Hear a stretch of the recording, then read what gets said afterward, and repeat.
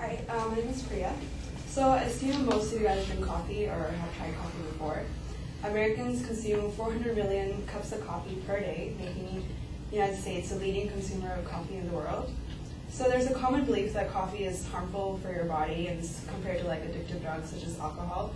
So today I will be arguing that though coffee has its negative effects, consumption in low to moderate doses offers significant health benefits.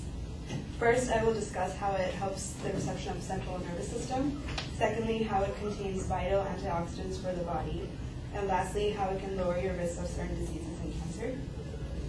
So my first point was how coffee is a stimulant and how it increases the reception of the central nervous system. So according to Mayo Clinic nutritionist Catherine Zaretsky, coffee can decrease appetite, increase metabolism, and increase water loss. So there are some disputes on this. Whether like the weight loss is permanent or long-term, but there are plenty of studies to show that coffee in moderation does play a role in weight loss. Obviously, this can't be used as like a weight loss diet. If you drink coffee with like 10 scoops of sugar and whole milk, obviously you're going to gain weight. And another way it affects the central nervous system is that it increases mental clarity, alertness, and energy level. So American University psychology professor Laura Pugliano says that it makes people feel good and it increases their arousal and alertness and makes them more friendly, sociable, and talkative. Similarly, the National Coffee Association and the Specialty Coffee Association of America did a report on what motivates people to drink coffee. So women indicated that they drink coffee because it helps them relax. Men said that they drink coffee to get the job done. So I know I can relate to this. I drink coffee to help me relax. I also drink, most occasions I drink coffee to help me study and concentrate and make me feel alert. This stimulant also increases muscular coordination and enhances reaction time. Australian scientists did a study where they found that athletes and runners that have caffeine in forms of coffee or an energy bar sprint faster than those who don't have caffeine. So the second point is how coffee provides the necessary daily intake of antioxidants to protect your cells and revitalize your skin.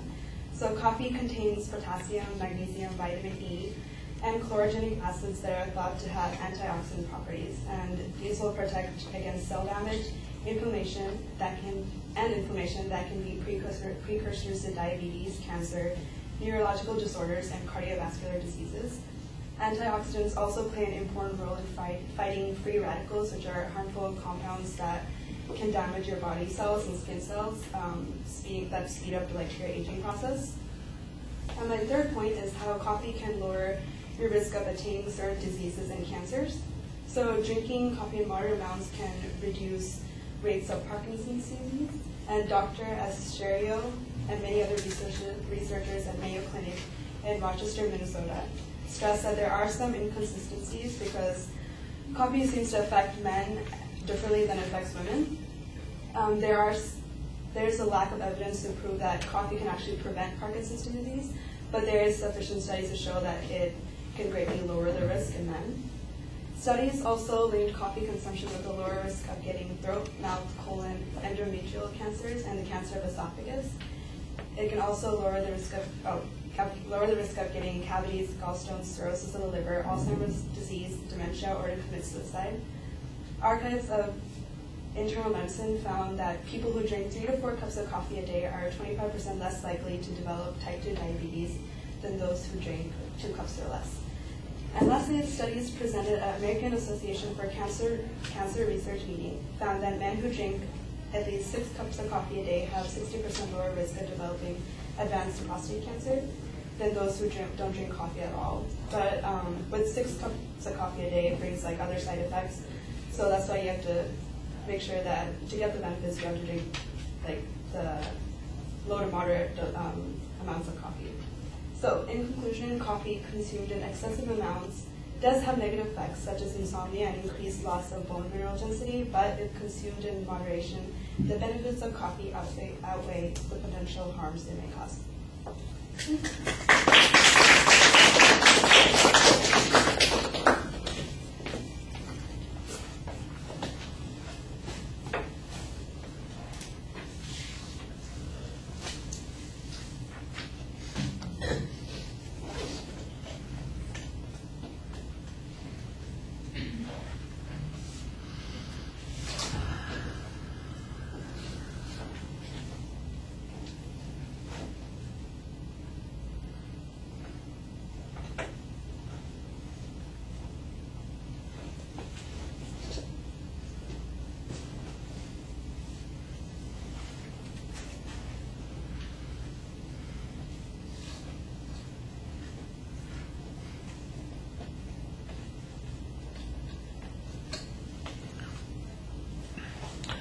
All right, the claim is clearly stated. You've got a preview of what the secondary points are going to be, although the phrasing, as you get to each of those points, is how is this, which makes it sound like it's an informative speech instead of this is. You want the declarative form in your argument. The internal transitions are fairly clear and easy to follow, so there's no problem there.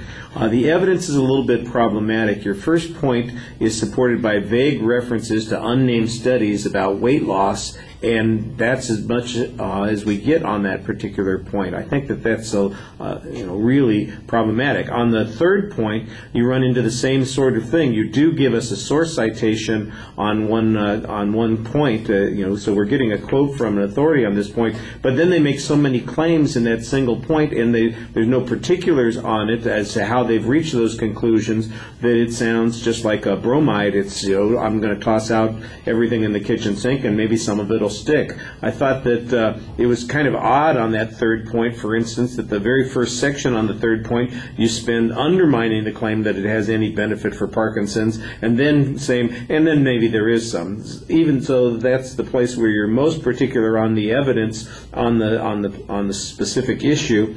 It's the one where you also have kind of conflicting information on that point.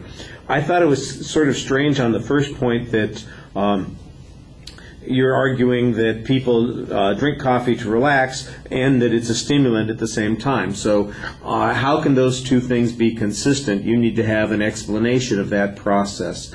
And I didn't think that it was very clear. That's probably the least controversial part of the argument.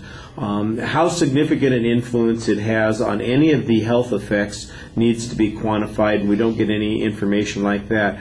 It just feels like you've got a lot of information somewhere, but it's not getting into the speech. Instead, what I'm getting is sort of a synthesized amount of conclusion that you're presenting instead of the proof on those particular points. I thought that you did rush a little bit, and you don't have to. You've got a really good summary of what your argument is, and at the end I thought you found a very effective exit line for the speech too.